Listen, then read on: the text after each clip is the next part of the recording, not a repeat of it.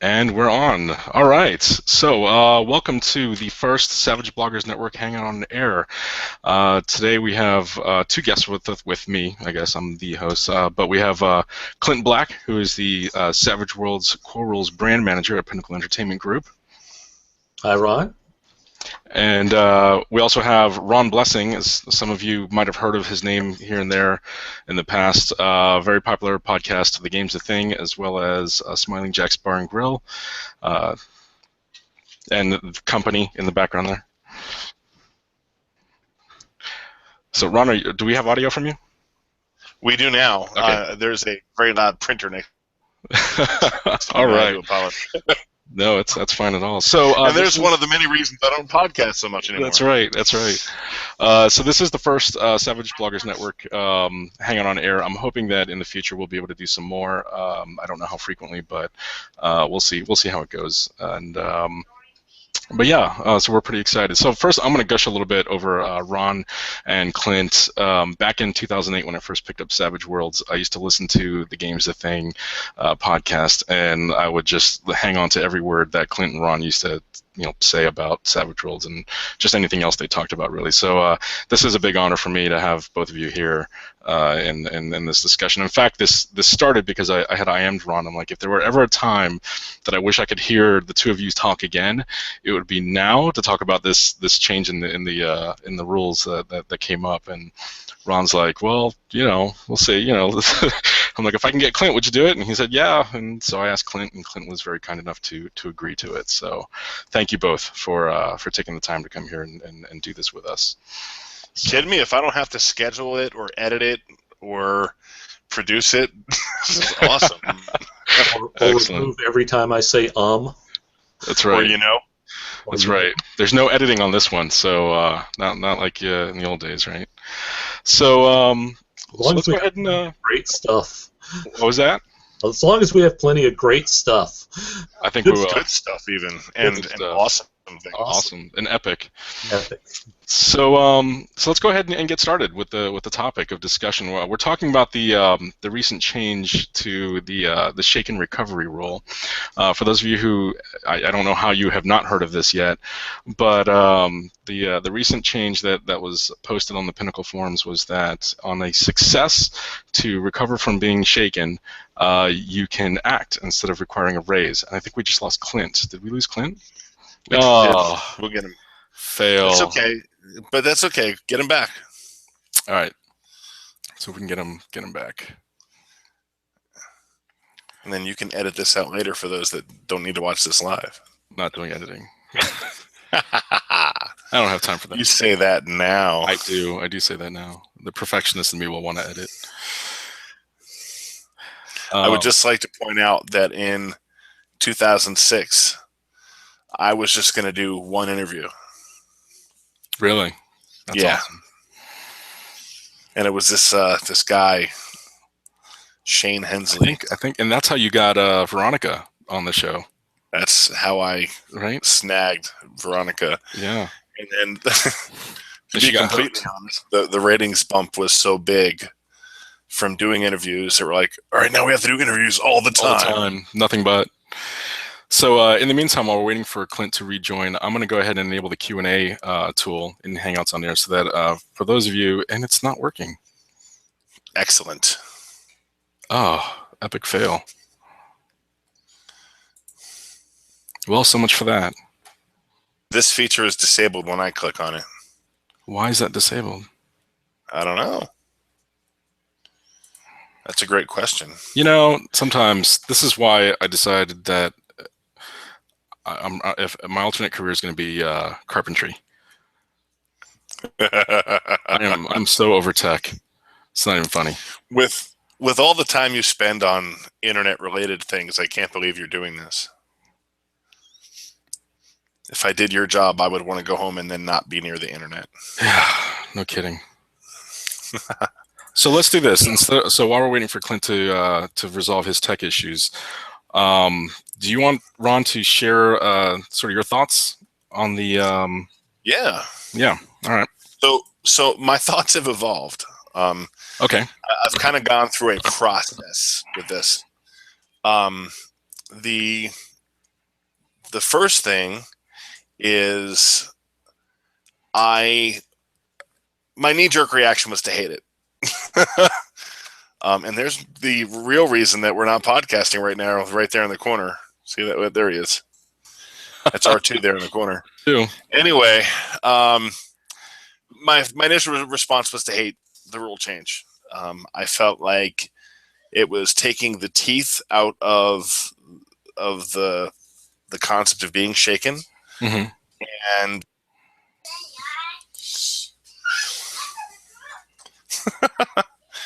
and there are a lot of things outside of just just being shaken that shaken affects. One thing that gets talked about a lot would be the tricks and the tests of will. I have been known to use those in the hopes to get somebody shaken when I can't damage them, so I can at least do something, and then another player at the table can then, do the deed and get them damaged. I've also done that as a game master to the players when I can. The other thing is the stun power, which I already think the stun powers. I think it's the stun power. The stun power is the one that shakes you, right? Yes. Yeah, I've always thought that power was weak sauce to begin with. Right. And this rule change definitely makes that even weaker sauce. So it's kind of a...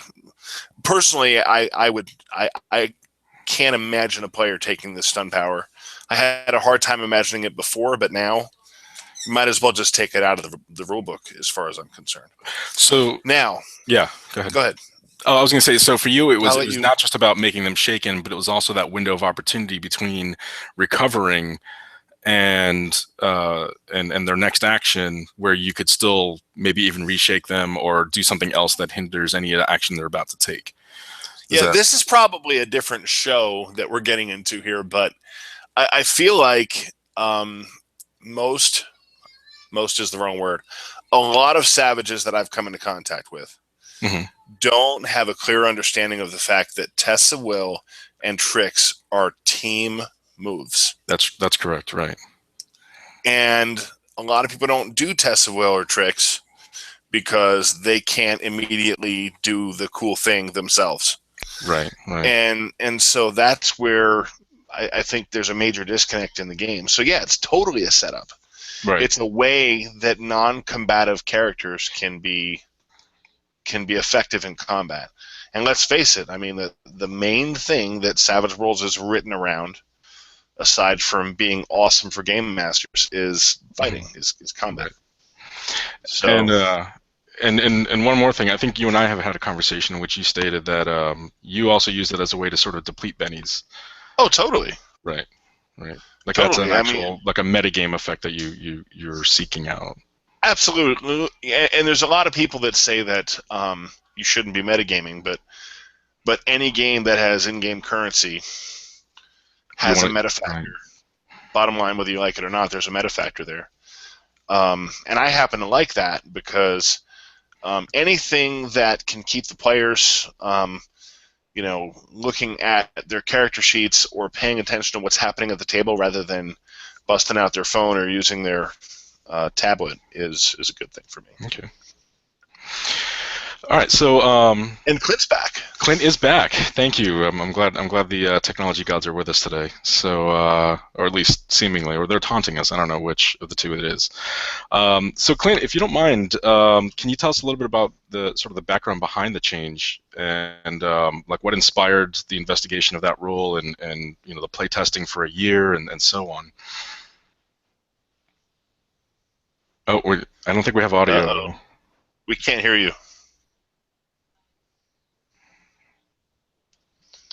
Does he have us on mute? That'd be funny. That would be funny. I don't have him muted. I'm doing the universal signal for we can't hear you. See that?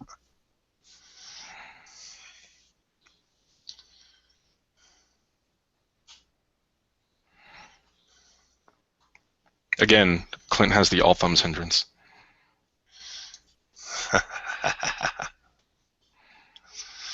This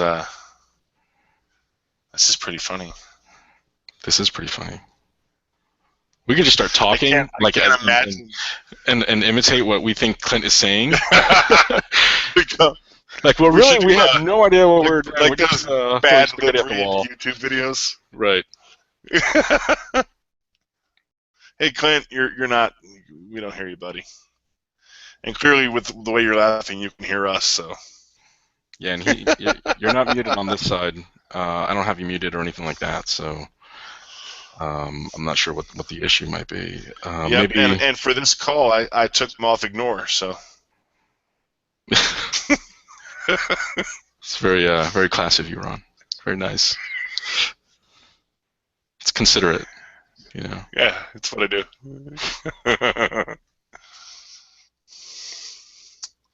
Yeah, his volume's fine. Nothing's muted in the control room.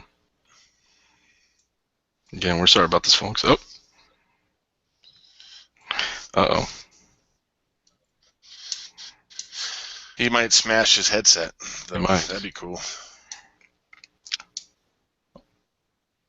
Said 1 minute. I think he's getting a backup device. We're going to see Hulk Clint in a little bit. Clint smash. So yeah, we'll go back to what I was saying. We don't want to hear basically. What you're All right, fair enough. No, I'll go shut ahead. up then. No, you're saying. So, but the evolution is in this. At the end of the day, what's really important in Savage Worlds is that everybody at the table is having a good time, and the action moves faster. And where this rule change succeeds for me is that it definitely speeds up play. Mm-hmm. When people, I think Shaken is still, I don't think it's lost all its teeth. I still think there's a negative effect of being shaken, especially if you take a wound or what have you. But my intention is to combine it with the new deluxe style damage rules, and I think those two offset beautifully. And speed up play and fast, furious, fun is served by the whole thing. So we have audio, I'm huge Clint? fan of the new gritty damage rules. We don't hear you, Clint. Oh, this is. He's getting frustrated. Yeah, I don't think It's a new word, frustrated. At least he's not confuzzled. He knows what's wrong here, which is good. Because being confuzzled would never be a good thing. Who wants that? Maybe it's the recording input volume on your end, Clint. Yeah, check your audio inputs.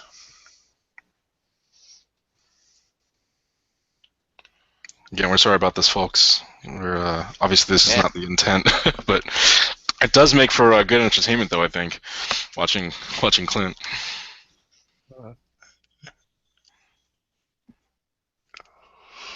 Be careful; he'll tell you to get off his lawn, but he'll mime it because we can't hear him.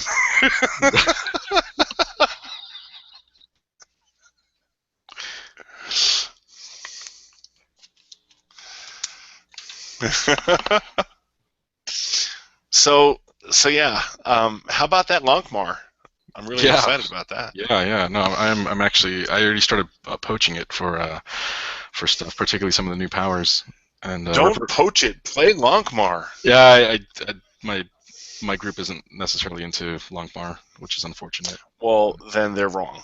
They are wrong. Their opinion is wrong. Yeah.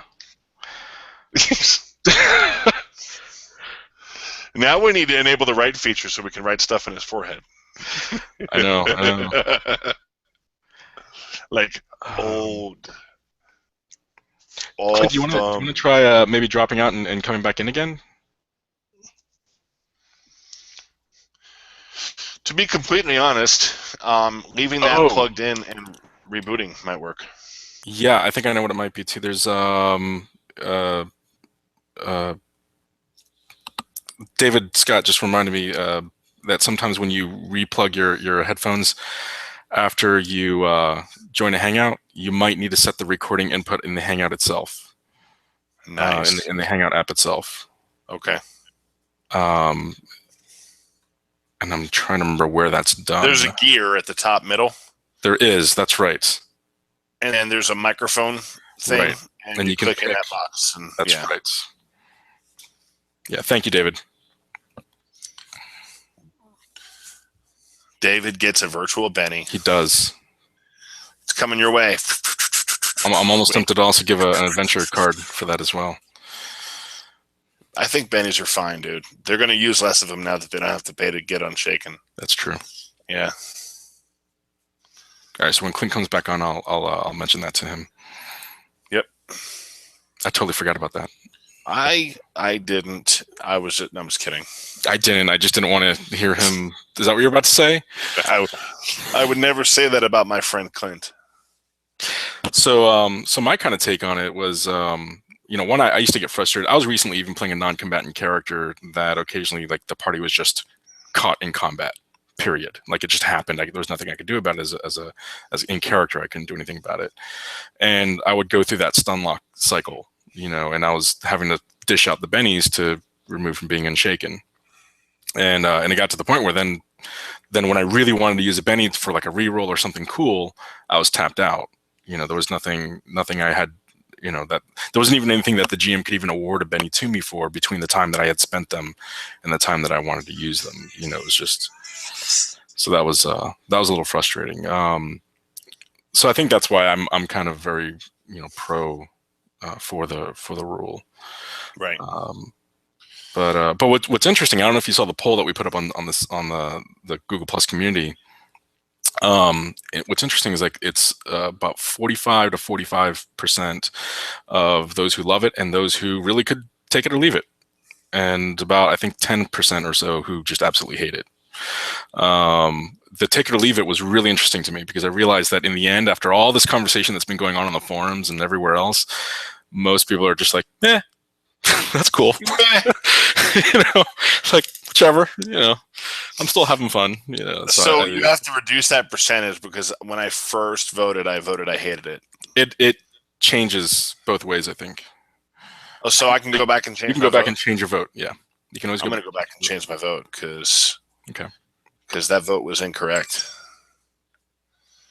All right, what's Clint doing? I don't know. Let me email him and let him know. He might be rebooting. That is what you do when you're a Windows user, right? No, that's wipe it clean and reinstall Windows. Oh, okay. That's what you Windows people do. That's right. I said you Windows people. You Windows people. Even though I'm, in fact, on a Windows machine right now. But that's because my wife has a better camera. And the drawback of my Book Pro surviving 6 years is that it's got a 6-year-old webcam. Right. So. And no, I'm not actually an Apple fanboy. I'm not either. I do like Macs better, but I'm not much of an Apple fanboy. So, so I forgot what I was going to mention now regarding the sort of the conversations that have been going on. I do, and I'm hoping Clint can get back on soon because what I would like to know is sort of what inspired them. I want to hear about this extensive playtesting they've done. Yeah, exactly. I want to know what got them to decide to playtest it, and then what did it look like throughout? What different iterations of it have they gone through? What did that look like, and then how did they actually settle on this? How do they even settle on it being a core rule versus a setting rule as well? All those kinds of things. So it'll be really interesting to hear some of that if Clint gets and then back on. I have a bunch of questions that he won't answer. Right. I have a ton of questions that he won't answer. Right. Well, yeah. Well, it's not like it's Joel where he'll say nothing definitive. Right. Nothing definitive. There he is. Yes. Awesome. Yeah, that was easy. All right. Ladies and gentlemen, the inimitable Clint Black. So how many bennies did you spend to re-roll that repair roll? Ladies and gentlemen, welcome to your critical failure of the night. That's right. All right. Well, we are back in business then. This is what happens when you have a D4 -2 for repair. That's right. That's right. So back to that original question. What inspired this? What inspired the investigation of the rule, and what are the? I guess the second part of that would be what did the iterations during the playtest look like? Yeah. Well, the thing that inspired it actually was bennies. Mm-hmm. It was how they worked, how players earned them, how GMs gave them out, how GMs used them, everything, that nature of how they're used, how the entire economy, within the game of how they're used. And the discussion was we wanted bennies to be used more for doing awesome, really cool things. I mean, that's what we kind of wanted them to do. And we were trying to actually figure out a way to get more bennies into play at the beginning. And this was about a year and a half ago. I guess we kind of started this discussion. It started between Shane and I back then at the very beginning. And we went round and round of, well, how can we, do that to get more bennies in play? What could we necessarily make that do? And I know Ron knows this, and I know Kristian, you know this because we met face to face at Dragon Con and this other stuff. Shane and I both travel to conventions all over the place. I mean, I'm all over the Eastern Seaboard and Denver whenever I can get out there. If I can make that happen, I love it. And Shane goes all over the world, so we see a lot of different games being played.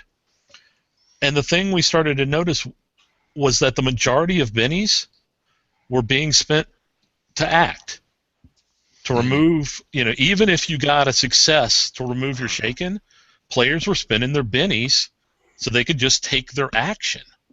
And it wasn't so much that it was a character penalty, it was a player penalty that was kind of happening. And, it worked for a lot of people because there were a lot of GMs who were giving out enough bennies, that the players could do that.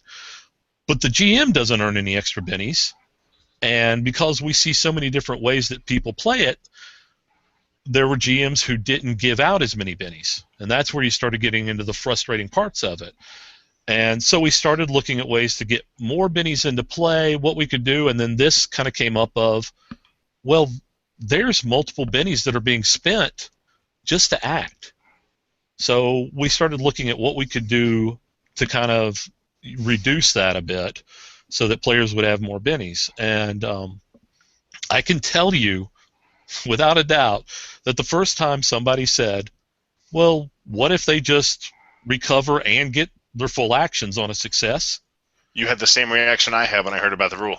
That's right. We had the same reaction everybody had within the company. It was like, you're crazy, man. That'll never work. Are you kidding me?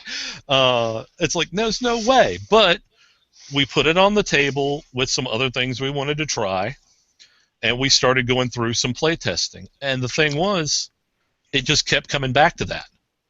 Over and over again, it's like other things kind of, didn't work out a little bit here, a little bit there, but that kept working, and it was fun. And as we went through and we thought all the stuff of, well, how will this affect this and how will this affect that, and just, it just meant that people were taking more actions. I mean, they're recovering from shaken on exactly the same number, so it's not affecting that any. It's just the fact that you're going to get to act. And because it was happening on, both sides of the equation, it, we, really, started working out and clicking. And finally, we narrowed it down to, well, let's really try this. And we started going out to play test groups, some guys we know, and put it out there, and kind of got that reaction of, you want us to what? Mm-hmm. Okay. And, really just repeatedly the thing we got back was it took us a little while to get used to it, but now we love it. Mm-hmm. And so, what about the stun power, though? The thing is, it doesn't. Other really, than nobody takes that power. Nobody ever takes that power to begin with, anyway. Unless you're a pacifist. And that's funny because when I played Shine Tar with Sean Fannin, I actually got to use that. That was what I chose. I chose the stun power. That's what I wanted. Nice. But, was it because of the stun lock or not? No, but it was funny because I still kind of teased Sean about it because I threw it on a bunch of extras to shake him, and all our guys were around him just ready to jump on top of him, and Sean said, I'm just going to give him a group roll so we can speed things up. Yeah. And I went, okay, so one group roll, they all saved, and I was like, all right. But we had a great time in the game, so I was like, yeah. And speaking to the stun power, I mean, they're still shaken. They can still fail, to recover. But I mean, it's. Yeah, well, here's the thing, and it kind of goes back to something else that people have said. It's come up. Well, doesn't this make extras more powerful? Doesn't it make creatures with undead or construct, the +2 to recover from shaken? Doesn't that make it more powerful? Things like that, and really it doesn't, because if you think about it, you have to compare not the fact that now they get their action much easier. Mm-hmm. Yeah, everybody though gets their action much easier. Yeah, it's balanced on both sides of the table. It's balanced on both sides. But if you think about it, compare it from the old rule to the new rule of what the effect is. In other words, and this is the easiest way I've been able to explain it to folks, and it's kind of the one that makes the most sense. You have an extra with a D8 spirit. Okay? By the old rule, he had to roll an 8 to act, mm-hmm. and a 4 to recover, and that's a normal success. So he had a 1 in 8 chance of doing that. And he has a 5 in 8 chance of getting a success. Okay? So that +2 bonus, by the old rule, changed his 1 in 8 chance to a 3 in 8 chance. It triples the chance that he's going to recover from shaken with an action. Mm-hmm. But by the new rule, it changes that 5 in 8 to a 7 in 8, which is a 40% increase in the chance that he recovers and acts, basically. So it's like 5 times more powerful the way it did the other way compared to what it really affects now across the board. They're basically more in balance because the old way, that +2 gave them such a greater chance of getting a raise, comparatively, that they're actually, if you come out to it and you kind of compare it down, across the board, it starts to balance out. The odds of getting the raise versus, the other one, it starts to, come out, and you find there's not a whole lot of difference in how that affects it. So since it doesn't really have an effect, and in fact, wild cards have a little bit more of an advantage, to get the success. The advantage kind of goes to wild cards over the extras, even when you start talking about, undead or construct. So if anything, stun and confusion and those powers get a little bit of a boost, because you're not dealing with the fact of these undead had a much greater chance than any other extra of getting their action. Now it's only a slight difference from what every other extra gets. And compared to the wild cards, who get a much increased chance because of the wild die, they're still coming out the wild cards are coming out a little bit ahead of the game. Mm-hmm. Right. So it's still You know what the rule has done for me? I mean, and to be completely honest, I'm not currently playing or running a Savage Worlds game. I'm playing a game on Fridays, and I'm running a game on Sundays, and neither of those are Savage Worlds. And this is making me want to run Savage Worlds, which is going to get me killed. Because I promised my Sunday group a long-term game. So that's the effect it's having on me. You're going to get called out on the Ooh Shiny syndrome. Yeah, put it this way: the first couple weeks that Lonkmar was out, I was going to say plus Lonkmar, because I was afraid I would show up on Sunday and be like, "All right, guys, we're changing the game." Right. Yeah, just think how hard that's going to be when Savage Tales of Lonkmar is released. Oh, dude, don't even and get me started. And you get all the adventures and everything to play. So exciting. So exciting. Yeah. So, I've been asking. Clint knows. I've been talking about Savage Lonkmar since he met me. So, it's bread and butter. Insane. Yeah. Chocolate and peanut butter.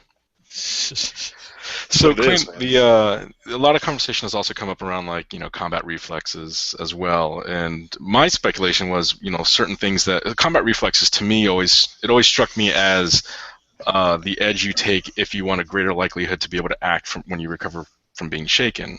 Mm-hmm. And so I feel like right now it's diminished in value, possibly even almost obsolete, because it only marginally helps. It's deflated in value, and I don't know that it's as critical to the game now. Are there alterations to some of these existing things that you're either thinking about, like, might as well just get rid of it, or let's adjust it, or is there anything like that, or just leave it as is?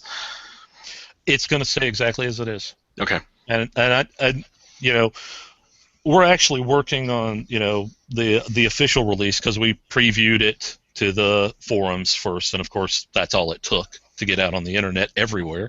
But and what we talk about it a little bit is how one thing you have to keep in mind is, with everybody getting actions sooner, or getting to act just on a success, it's going to make things like wound modifiers much more important as far as your recovery and getting your action and not staying shaken, because that's going to have a bigger impact in the overall, which I've kind of said on the forums, the dynamic of how it plays.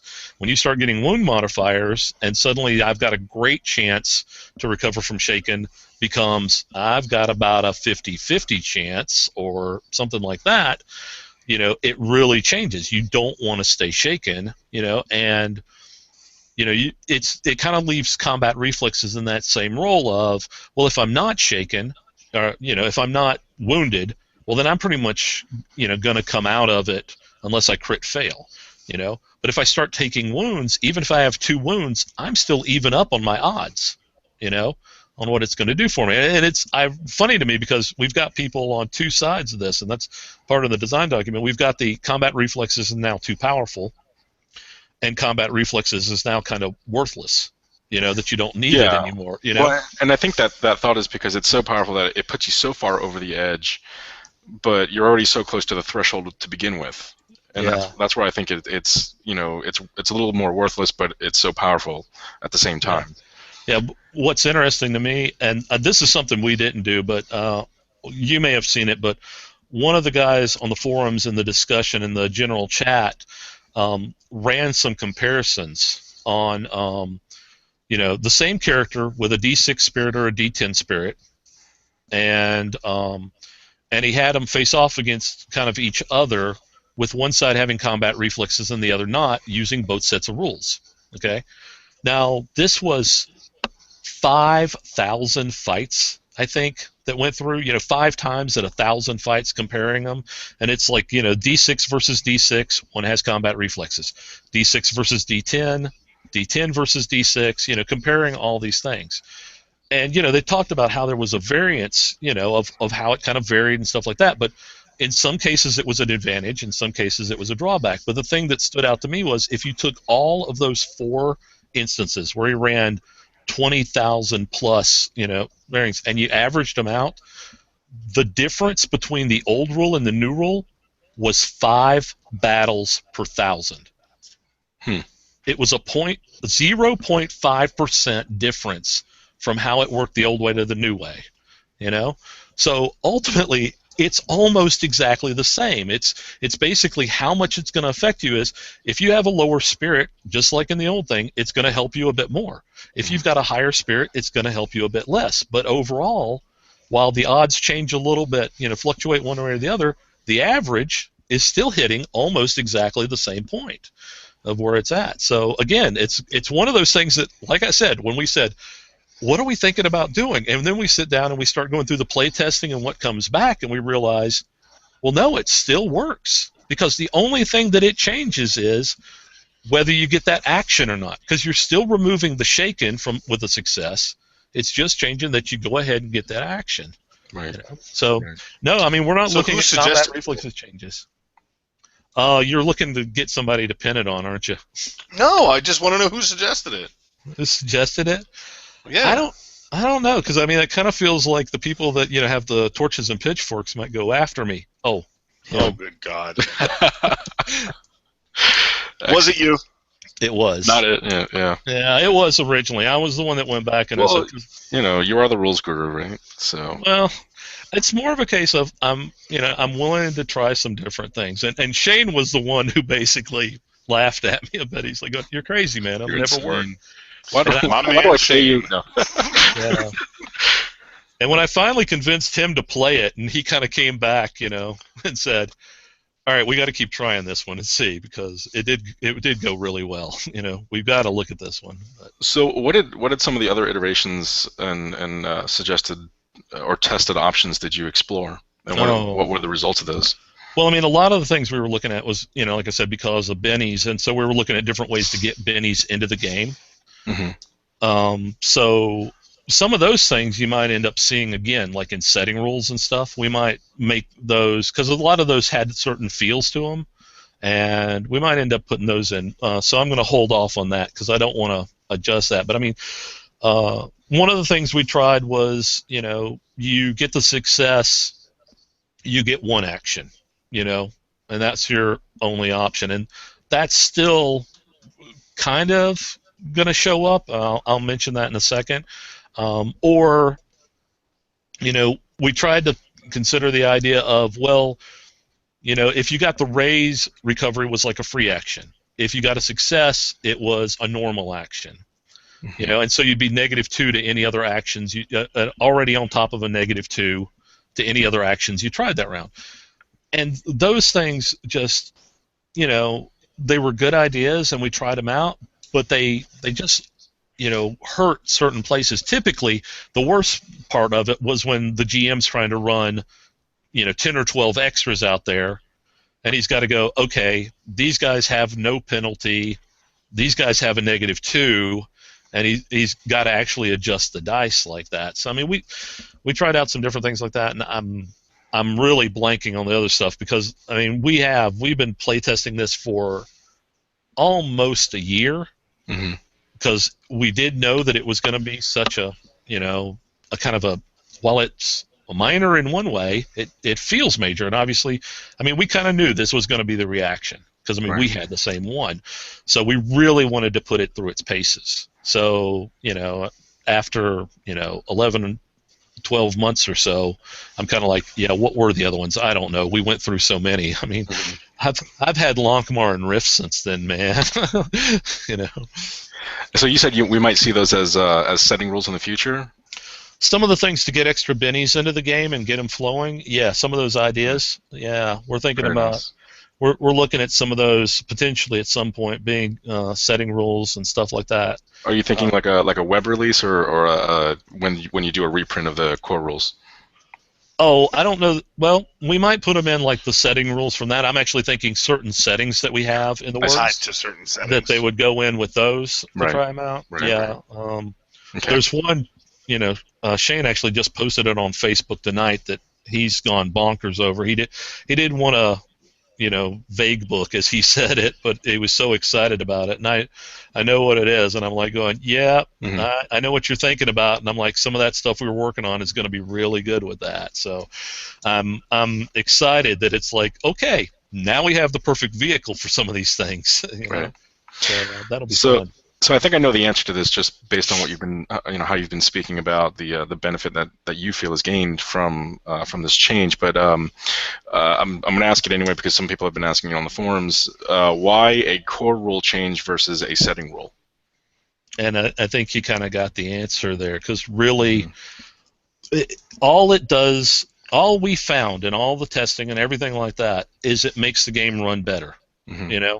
There was no reason to say, let's make this a setting rule, when we knew that overall it made the game run better for everybody. It made the game run better for the GMs who gave out bennies, a lot to the players, because those players now just have more bennies to do cool stuff with.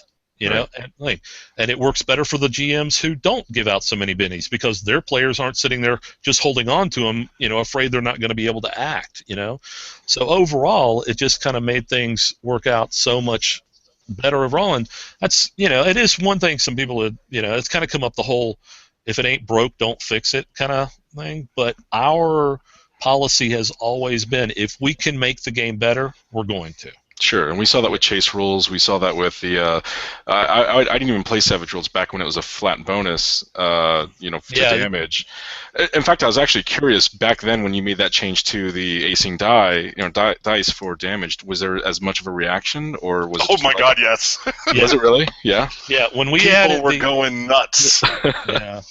So, we added the dice as opposed to the flat bonus to melee damage. It wasn't quite like this because, you know, since that time, I mean, that was literally the second printing of Savage Worlds. Right. Well, since that time, wasn't. like, you know, was it? No, was it revised? It was that actually started with Explorers Edition. Right, I think so. Because it was first released in Deadlands Reloaded as a setting rule, sir. Oh, yeah, you're right. Well, see, I forget all know. this stuff. Yeah, thanks. Write this down, that Kristian. was, I'm so right. that was Ron Clint is corrected wrong. Clint correctly. That's right. it's not a rule. It doesn't count. 2015. Yeah, I think that was in about, what was it, 2006, 2007, I think the first Explorers Edition came out. Yeah, I think No, so. that was 2008. 2008. Yeah. See, for me, I'm always 2 years behind because that's when I was working on it. You know. Well, you know, I'm it's looking- funny. I'll never forget 2008 because we were talking about it at Origins, and that was my first Origins. Uh-huh. And then Gen Con came, and you had to call me to tell me, or either that or, you know what, we were going to do an interview for something else, and you got me talking on Skype, I think, and you were telling me about the WotC booth opening up late because they were lined up, their employees were lined up to buy the Explorers Edition when it first came out. Wow.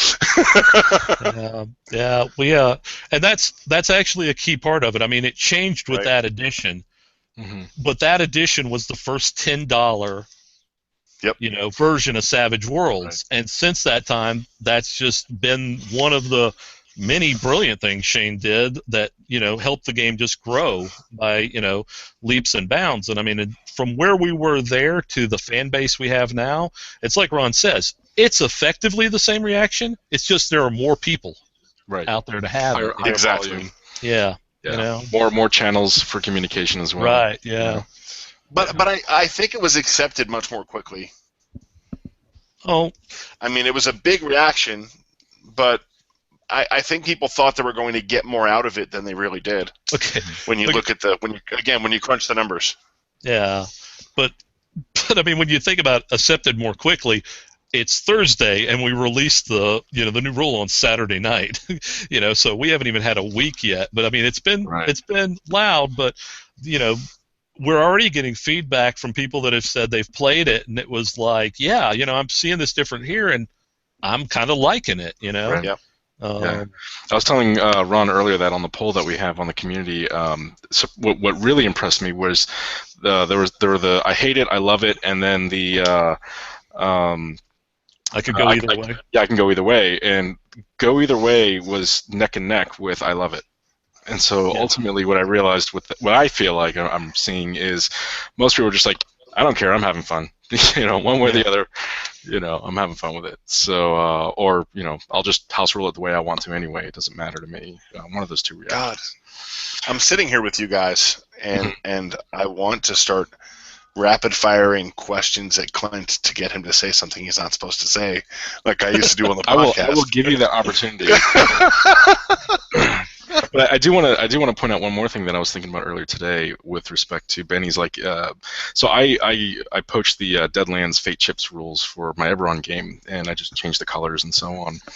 And so with I forget what the colors are in the Fate Chips in Deadlands, but for my Eberron game, the yellow shards are the +1d6 acing, but the GM doesn't get the Benny. And there have been times where that I had like all these great bennies like for that use. And I had to unshake. or not unshake, but I had to, I wanted to act on that round, and I'm thinking, I'm weighing, do I want to give this up, so that I can actually enjoy the game and play it, or do I want to hang on to that special Benny? And I had, in a lot of cases, I had to sacrifice it. I had this really cool, awesome Benny that I wanted to use, and I couldn't because I had to waste it on. I say waste, but I had to burn it on just being able to act and play. But you're hitting exactly on one of the points. I mean, is the fact of it wasn't what your character was really hindered by it. It was that your as a player, enjoyment of the game, was the one that was getting hindered there. Exactly. Yeah. Exactly. And any tactics in combat where you're trying to strategize against that status, to me that feels like I'm gaming the game rather than playing a character in a setting. Yeah. And it's so. But yeah. All right. Let's see. What else? One interesting take I saw, you mentioned the stun power earlier, Ron, and Clint, you addressed it, but I saw a response one time where you actually elaborated a really cool trapping for the stun power based on the ETU stun gun, which I thought was a really cool take on it, and that if you wanted to have that, like, was it 1d4 rounds, you could make that a trapping for, like, say, Weird Science.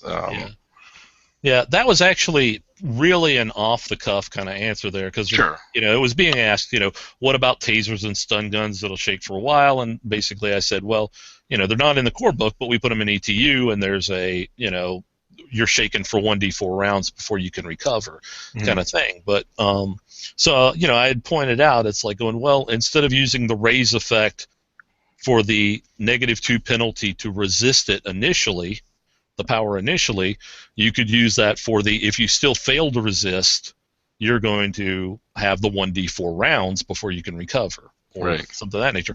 Or another option you could do would be apply the -2 to the spirit roll to recover from shaken. And that's more of all I have to do is remember the penalty. I don't have to roll a die and keep track of what round it is. Kind of thing that you could do there. Now, the other thing that kind of struck me after I posted that, and I know you had mentioned it at some point later on, is I thought about it and I'm like going, but really, if your point is to kind of deny your foe actions, use entangle and have it resisted by vigor or spirit, as opposed to actually wrapping somebody up, just physically kind of entangle them. Right, maybe it's a mental entanglement, right? Yeah, and something like that. And because that's kind of the effect you're going for, is which way. But, like a lot of things in Savage Worlds, it really depends on how you want to look at it and how you want to have it run, do I want to run it like an entangle where, I have the choice of I can hit one guy, have some more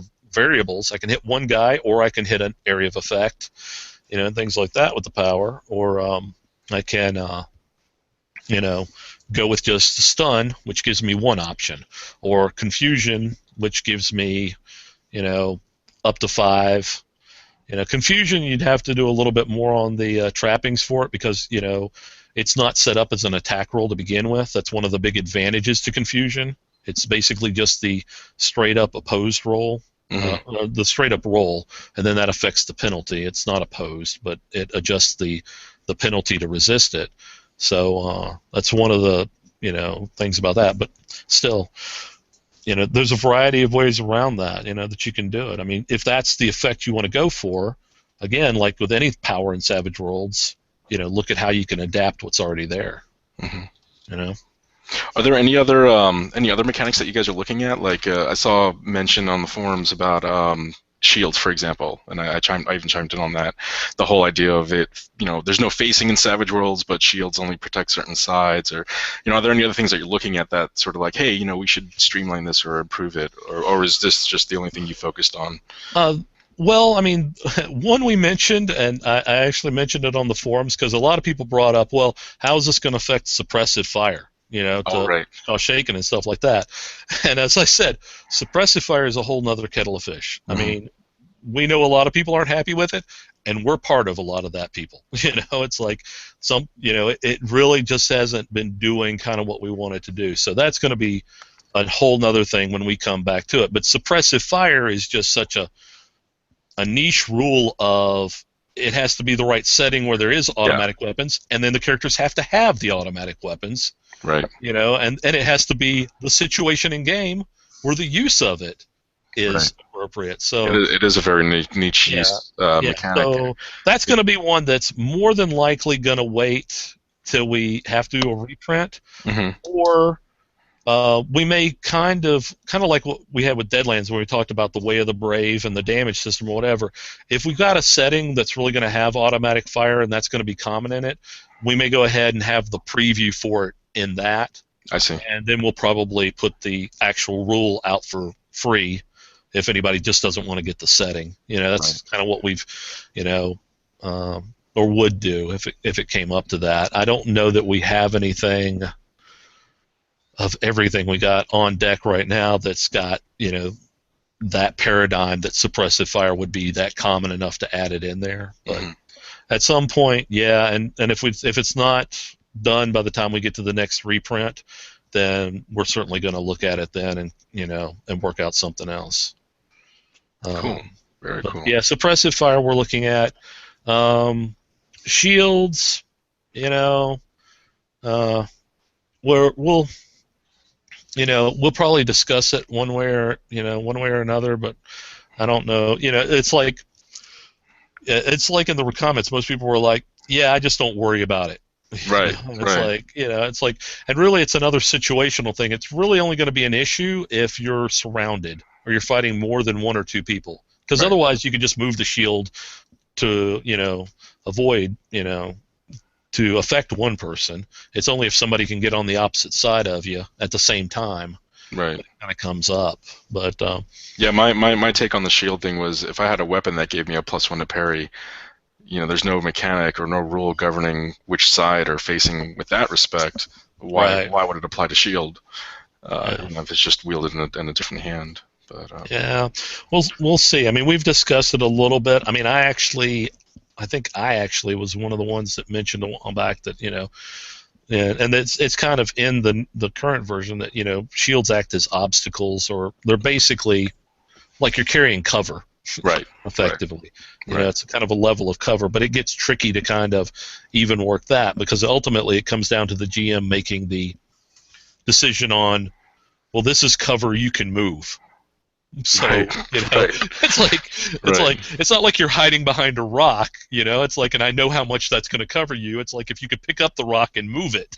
Yeah. You know. So. I always imagine it as if somebody did a called shot on the shield itself to try to, you know, damage it, then it'd be breaking the object. You know, those kinds of things. It's circumstantial of what the intent is of the scenario. Yeah, we'll see. I mean, right now there's nothing else that's kind of anywhere near as universal as this change was. And because we've gone through so much and we had done it, and we are looking at being out a bit on a new printing, this was one of those things that, you know, we went back and forth. And actually, you know, Shane's been ready to pull the trigger on this for a while. And we've just, you know, Lonkmar, you know, the Rifts announcement, you know, things like that. Little things came up, you know, just here those small little things. Yeah. So, well, I don't think I have any additional questions. Ron, do you have anything else? Oh, I know you have lots of questions, Ron. So I'm going to go ahead and open it up to you. All my questions are not related to this rule. My question's about the next edition, but. Well, before we get into that, is there anything else that you want to add, Clint, to that discussion regarding the change, or did you pretty much cover everything?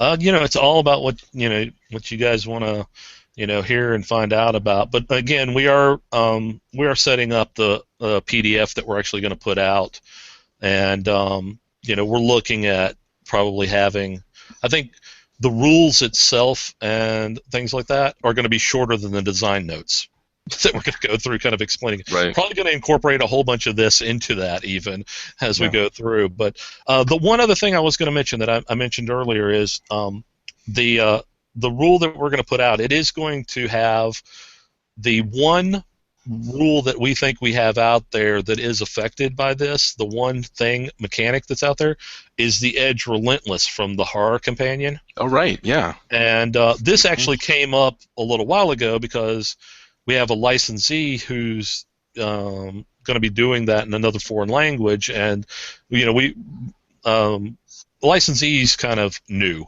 a little bit Sure. ahead of time. The weekend thing caught some people off or whatever, but some of them that were actually working on things we knew would be affected by it, especially the foreign language translations and stuff like that, those kind of things. They had a little bit more heads up on this stuff, and so we actually had to redo that edge. So when they reprinted did the print of the horror companion in the other language, they already had the mechanic. So we're going to go ahead and throw that in with the PDF we're going to put out. So if you've got the horror companion, you'll have the new version of the edge, and if you don't have the horror companion, you get a free edge on that. What does that look like, that new version? Relentless? Yeah. Yeah, actually, I might even have it here. Let's see. Might not, but I might. Let's see. Come on, you don't just remember? I know. I thought you had all this stored in your head. Yeah, with everything else I've got going on right now. See, a lot of my brain space is gone because last night I had to have a chat with the designer of Riffs. So I had to use a lot of brain power for that. Yeah, I know there's a lot of excitement around that too. Yeah, So. but it's basically going to be Relentless is going to be that if you are shaken, you can still, that's kind of getting into what I said earlier, you can still take a single action at -2. Nice. Okay. So if it's a action that doesn't normally require a roll, like if you want to run or stuff like that, you can do all that stuff, free. I mean, if you don't have quick draw, you can draw a weapon, as long as it's not from an awkward kind of location or whatever. But if you want to make an attack or you want to do something, I mean, even when you're shaken, you can get off, one action at -2. Right. So it's sort of like flailing while you're trying to shake off whatever. You're just sort of taking wild stabs or whatever it might be. You're just relentless. It doesn't matter if you're thrown up. You're just not going to stop. Yeah, that's pretty awesome. I like that. I like that a lot. That's cool. So Ron, you got a preview. Cool. Well, thanks, Clint. No problem. Seriously appreciate all the input on this. So, Ron, I'm going to go ahead and let Clint be your victim. Okay. So not for the first time. So, you guys only work on rules updates when you're either A, creating setting rules, or B, and most often when it's something that's this core, working toward a new core book. So, first of all, I want to say, because I haven't had a chance to have this conversation, I love the new graphic novel format. It's beautiful. And I keep buying the hardcovers because $5 apparently more. I just want to give you $5 more. Yep. But the question I have is, I've noticed the pattern that all of these books are 96 pages. Yeah. And I also know that the Savage Worlds core rules, as they are currently presented, will not fit in 96 pages. So, my question is, are you going to break, or has it, I'm sure it's been discussed, don't pretend it hasn't, are you going to break the 96-page rule, or are we going to be getting like a core book and a companion? Huh. Yeah, that's a good question. Well, I'll say what I said something else. I mean, when we went and did the Superpower Companion and we did it in the graphic novel format, I was personally shocked at how much we got in the book. Of how much we added, how much we changed, and stuff like that we had of that nature that we got in. Now, but there was material you didn't get in the book too, though. But we put it out for free. Sure. But not in a really cool printed format is what I'm saying. Well, that's true. But then again, the Superpower Companion was kind of a big expansion as well because we added a bunch of stuff, on the new rules for power limits and and the variable powers and everything like that, and how it works. So and even in the second edition, you added things as well, like the power stunts and stuff like that as well. Yeah, I'm a huge proponent of the second edition of the Superpowers Companion. Yeah. And and the other, of course, the other big thing about that was, we made it in tandem with this science fiction companion, which if I stutter a little bit, that's just my twitch from having to do two companions at the same time. PTSD. Yeah. So that they worked in tandem so well. But I'm really surprised at how the switch to the graphic novel format has actually, just due to the way it lays out, allowed us to put more in there than I thought it would. So until we actually get to layout and see what we have, we don't know how that's gonna come out. Now, there's a few things that we can sit there and look at and go, it's like right off the bat, it's like going, it's nice having, 3 pages of here's some full color artwork of our our settings that we have out there, stuff like that. That doesn't necessarily have to be in the book though, and right. we've got so many one sheets now that are out for free, on the site, that while having, I think we have like 5 or 6 that are in there, not counting that the those can certainly be reformatted as free adventure / one sheets. Right. Sure. Or not putting as many in there. I mean, how many? Give a couple of different ones. I mean, the Moscow Connection even has the adventure plus the pre-gens. Right. Well, the sequel to the Moscow Connection that's in there. So I mean, there's a lot of stuff we wanted to put in there to make it uber deluxe. To which a point of we're like, maybe it could be over deluxe a bit, So until we actually get the layout and see what we're going to do, because depending on how the art goes, how the everything like that. But you brought up an important point about how we start looking at this stuff when we're doing a new edition or we're doing a new book or we're doing something like that. Really, this is the case where it came up because of the new format. Because when you talk about going back a year and a half, that's kind of when we started getting into we're switching to the new format, Yep. And because we knew the new format was coming, we knew at some point we'd have to do a reprint. So that was kind of where, it got to the, we need to have a way to get more bennies out. And that was kind of like, okay. And then suddenly we realized that was a bigger discussion than we thought. And then we kind of hit on this one thing of, well, if we affect this one mechanic, that really solves all the problems very simply. And if we're doing that, we have to test the heck out of it, Right. So we knew we had to go ahead and start on it. We knew we had to do that, right. Ahead of time. And like that's why I'm saying the other things. It's like suppressive fire. That's not on a front burner now, because we're not at the point that we're going to go into the reprint or laying out for a printing or anything like that in the graphic novel format. Now, when we do, I'm going to be thrilled because, I'm going to love having that. Here's all the, hopefully at some point, here's all my companions in my core book, and they're all just one block, like a brick of books that all match, Yeah, out of curiosity, you mentioned the playtesting this worldwide when you first posted the announcement and whatnot. How many playtesters were involved? Oh God, I don't know. Because I didn't contact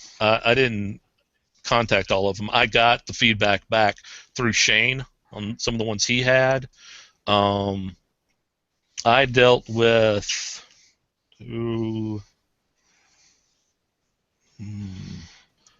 primarily, I think, about 3 or 4 groups that were hardcore in doing this, and then we had a variety of everybody that's kind of involved in Pinnacle that it went out to and came back to. So I mean, everybody.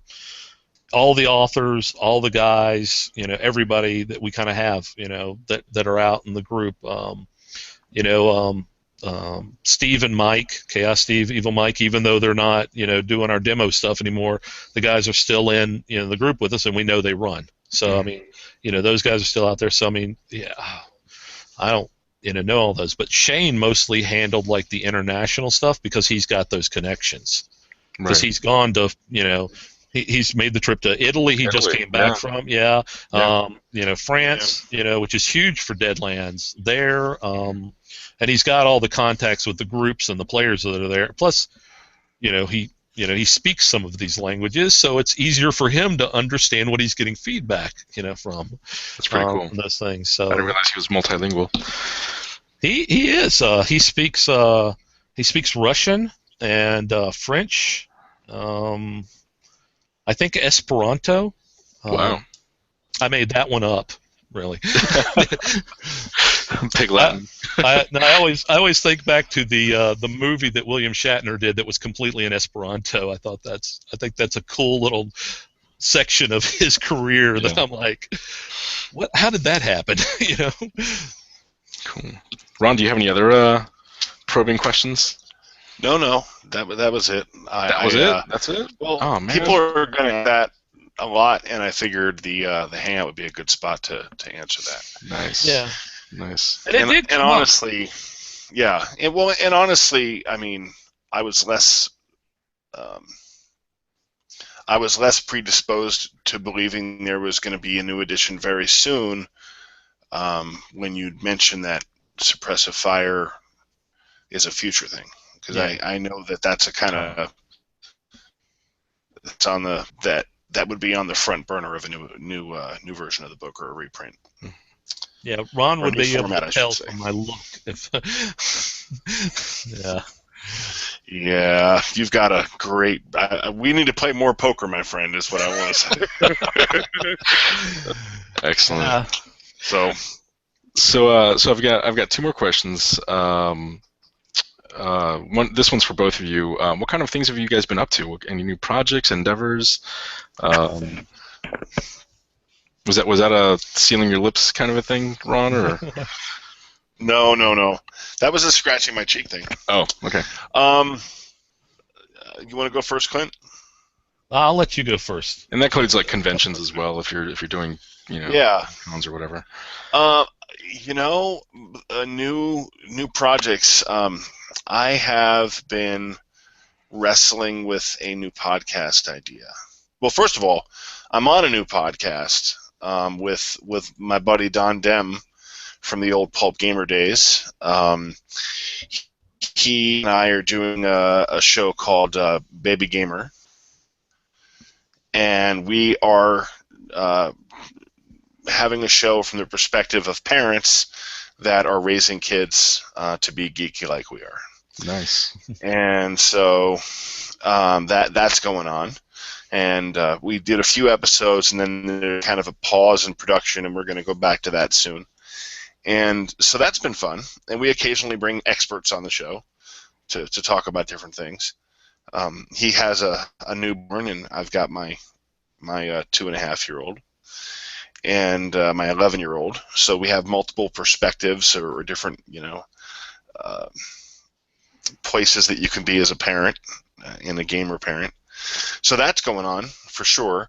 And I have this new podcast. I absolutely miss conducting interviews with cool people.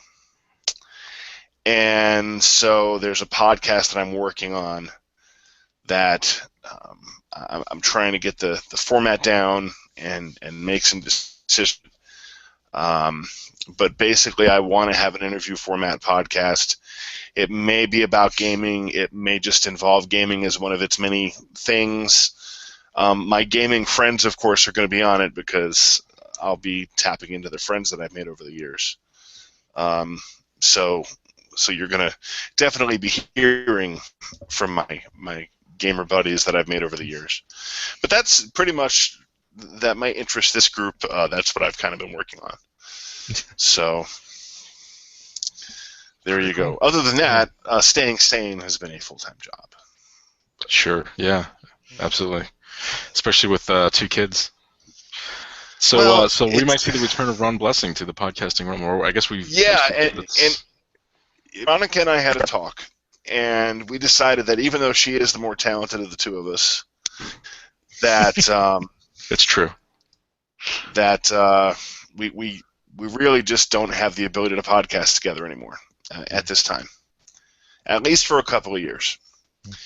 And we don't want to keep trying to bring back the games a thing. We think that window opened and closed, and it's time to difference.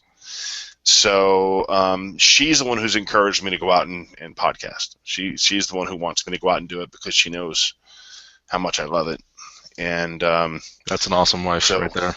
It's going to be really weird once it gets going because I am not familiar.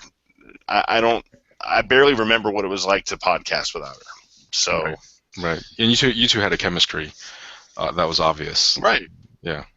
Yeah. I mean, even if we never announced that we were a married couple, we had a chemistry that was pretty clear. Our banter is I will say that our banter is legendary. Yeah. It really is. That's the word. Indeed. So. How about you, Clint? Oh, let's see. I've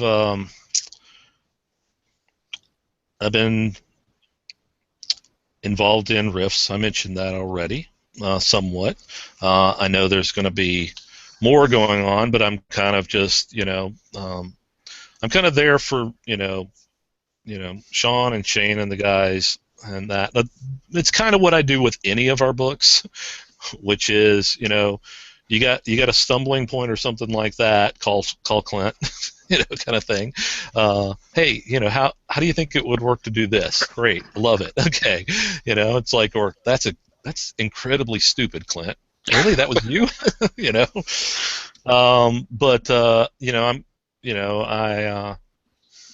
I had a blast working on Lockmar, and seeing that get out and be released. There was a lot to Lockmar to we really absolutely want to hit the feel of the books.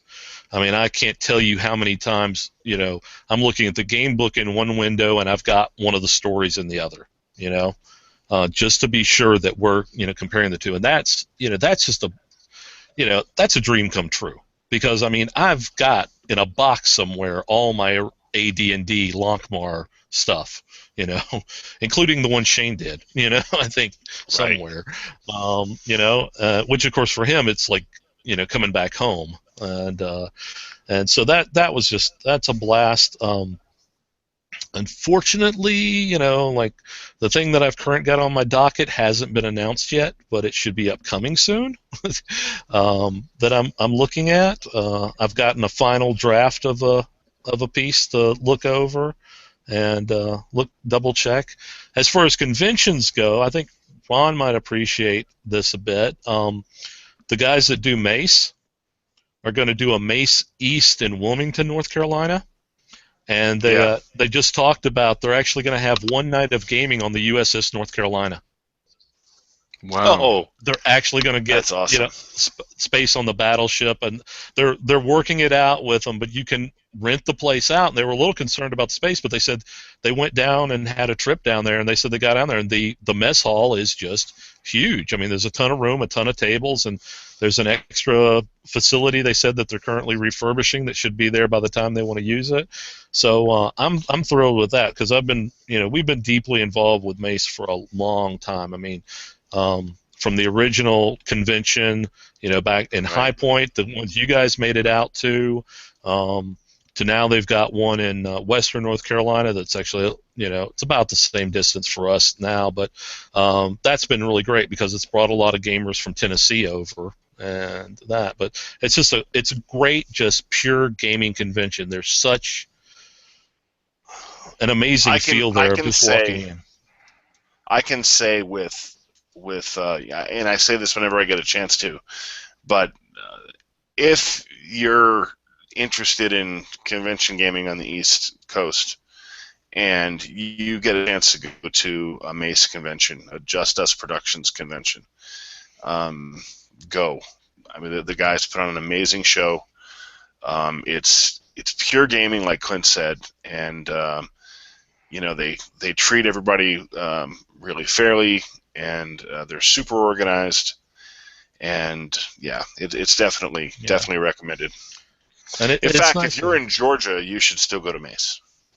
Yeah, I'm actually considering Not for nothing. Clint and Jody at DragonCon last year were putting the pressure on for me to go, and so I'm considering it. My only issue is I started a new job this year, and there's two work-related conferences that I need to go to that are right next to it. So I might be burning out my leaving the wife home alone with the kids. And there's a limited amount of that you can do. Yeah. So I got to see what I can do. Well, since they moved it to Charlotte, I mean, it's right up 85 for you. It is. I mean, it's an easy trip. I keep putting it up on Google Maps just to see how long of a. I'm like, hey, it's really not that long. I could do a day trip, and yeah. And what's nice is we've kind of seen how the Mace guys have expanded out to where we have other people doing some great conventions as well. There's the guys in Charleston, South Carolina, that are doing StormCon. Mm-hmm. That's a really fun convention that it's killing me, but we've got a conflict for the dates this year. I think it's coming up just next month in June, and it's like the end of June, and it's in Charleston, South Carolina, which is a beautiful city in and of itself if you want to get down there. But again, it's just a pure gaming con, and that's it. But I mean, otherwise, con schedule wise, I mean, we're looking towards Gen Con. I'm actually looking at something related to Gen Con right now that I can't reveal. Looking at it. What a jerk. I know. What a jerk. I know, it's sad. But I spotted it in the reflection of your glasses. Oh no. I'm sure somebody will probably do that. They'll freeze frame it, put it up, and say, it's not like CSI where you can can you enhance that image? Yeah, enhance the image. Enhance it. Yeah. But I don't know. Zoom in on that. Yeah. We've got so many things that are, in the works right now, and it's such an awesome time to be working for Pinnacle, and it just keeps getting better, it seems, every day. I mean, what Shane got excited about, he made an announcement to kind of the group today. I knew about it a few days ago, but he made the official announcement that it was kind of complete, and it's like, holy cow, that's awesome. Not to steal from Ron, but it is awesome, and good stuff, man. Good stuff. Good stuff. It is. So what I've got, coming up, I've actually got a little bit more, going on. I might be doing some traveling out west to do some work on a piece to actually sit down and do some development face to face, if I can get some time to do that. Oh gosh, I don't know. I've got so many things I'm juggling right now. It's all what's in front of me at this moment. Savage Tales of Lonkmar, right, of course, and then we've got Savage Foes of Lonkmar to follow that. So I mean, the 3 books to have those out. We've got the 6-gun Kickstarter. I mean, that should be right around the corner. That was another blast to work on. I know Shane was familiar with it because they actually approached us and set it up, and he was like, another weird Western? I don't think so. Right. And then they gave him all the graphic novels, and when he got back home, he had read them all, and he said, yes, let's do another weird Western, But that's funny. Well, as you said, it's like, who better than to do a weird Western? Yeah, I mean, yeah, and that was kind of, he had that realization himself. He's like, who better? And and it's a great, it's a great series and great book, Yeah. And I don't know. I mean, we had so many things we announced at Gen Con, and they're all in various degrees of production. Stone in a Hard Place, that was, that's been a blast. I think we just got the pre-gens out officially for those. Those went out to backers, things like that. That was a blast to work with because I got to work with Matt Cutter on that stuff. And if you notice, 2 of our pre-gens are ERPs, if you guys haven't had a chance to see it. We've actually got the younger brother that was even younger than Warren, who was an ERP, who's real life, even younger than Morgan. His name was Warren ERP. Real life brother, and the sister who in real life she actually died fairly young. In the Deadlands universe, she survived, grew up, and so she's kind of in her early 20s based off when she was only born, Jenny Earp. And we've got some. We really, with these guys, we wanted something that really felt like Tombstone, but also kind of out of the box a little bit. Our shaman actually works for the Tombstone Epitaph. Nice. And so that's kind of her tie to the Earps. Is actually she's the adopted daughter of John Clum, their good friend, and stuff like that. But those for a short piece, that was just a blast to work on. And other than that, I'm going to try not to do any more teasing on anything. So, yeah. Yeah. Well, with that, we're definitely, I think, well over, even with extended time to extended time given technical issues. All thumbs hindrance. Yeah. Once you take out all my problems, we'll be down to 15 minutes. We'll be down to 15 minutes, right? Yeah. No. But I did want to ask one more question. Actually, this is for you, Ron, and this is a bit of a throwback. Tell us something about yourself that none of the audience knows about you. This is my dream. So, I actually have a recent thing I could tell. So I will. More than 20 years ago, going back, I think 22 years, maybe 23 years, I used to race radio control cars. And I'm not talking about like the ones you buy at Walmart. I'm talking about the kind that you build yourself. And so I've been a lot less active in the gaming community recently because I'm not racing, but I've gone back to the hobby, the act of building and playing with those RC cars because of my kids. So let me ask you this: gas-powered or battery-powered? Battery-powered, because batteries have gotten amazing. These things are using brushless motors and lithium polymer batteries, and they're pretty cool. And so I've been doing a lot of that recently, and I've kind of gotten the bug to buy kits and build them and that sort of thing.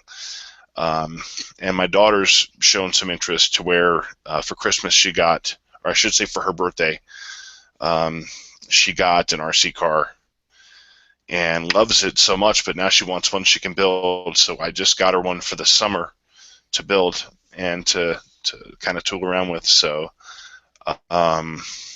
that's been kind of fun and different, very different from a hobby perspective. I haven't read a role-playing book in months,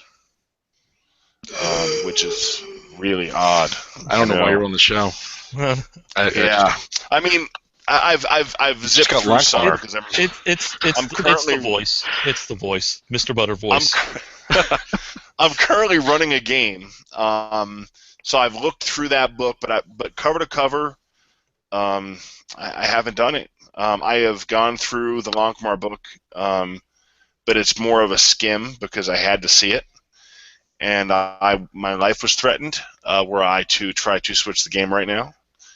Because Longmar, the less you knew about that book, Longmar released the week after one of my players bought a brand new copy of 13th Age, so she could play with us at the table.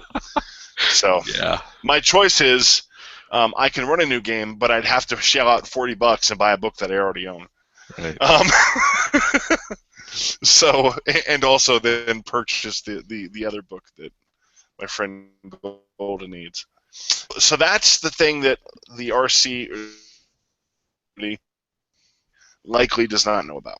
On Google Plus, I keep my RC stuff separate from my gaming stuff, so you wouldn't really see anything on it. I think that's really it. Good stuff. Which allowed me, it allows me to avoid telling other more embarrassing stories too. So that's kind of cool. Nice. Nice. All right. Well, I think that's it for the show today, and thank you both so much. It's been an honor and it's been a lot of fun. Hey, I'm hoping that this is the start of the first of many videos you end up doing, and that this takes over your life. Yeah. I don't know about taking over my life, but yeah, I think I do. I've got the bug a little bit. And I've said this to you privately, and I've I've embarrassed you with it once or twice on other hangouts, like Jared's Wednesday hangout. Your Eberron conversions, amazeballs. I love it. And Clint, if you haven't seen it, you need to look at it. First of all, and Kristian, you gave us these nice accolades at the top of the show, but the reason that I did the podcast with Veronica as long as I did, aside from having that awesome thing to do with my wife, was because of the people I've met over the years, and I count you among some of the thank you. the top gets of that period of my life. And the other one of many happens to be in the show as well tonight. So very cool. I'm touched. I am too. I know. I can't quit you, man. I can't quit you. Oh. Well, thank you, Ron. Yep. All right. Definitely. All right. Well, I'm going to go ahead and close this out, and y'all have a good night. Thank you very much. Thank you all for watching tonight, and again, sorry about the technical challenges earlier, and hopefully we'll do this again in the future. Hopefully we can work this out again now that I kind of know how this equipment should work. Yeah. It should not be attached to my wife's computer. We'll just up that skill die on That's right. knowledge technology. That's right. Yeah. Yes, there's your 5 XP now. Buy your D4 and repair. I have bought off my unfamiliarity. Awesome. All right. Take All right. care, guys. Good night, Thank everyone. you. Night.